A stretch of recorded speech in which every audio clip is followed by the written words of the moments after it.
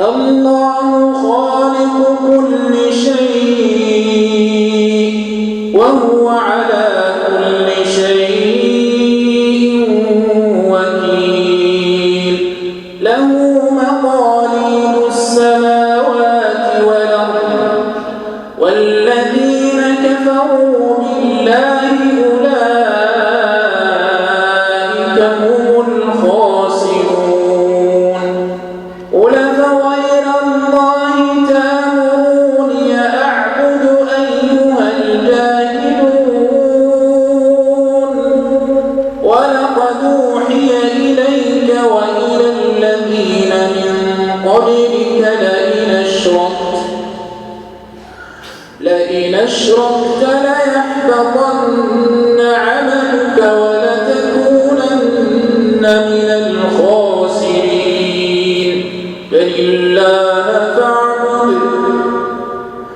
بل الله فاعبد وكن من الشاكرين وما قدروا الله حق قدره والأرض جميعا قبضته يوم القيامة والسماوات مطويات بيمينه سبحانه وتعالى عما يشركون ونفخ في الصور فصعق من في السماوات ومن في الأرض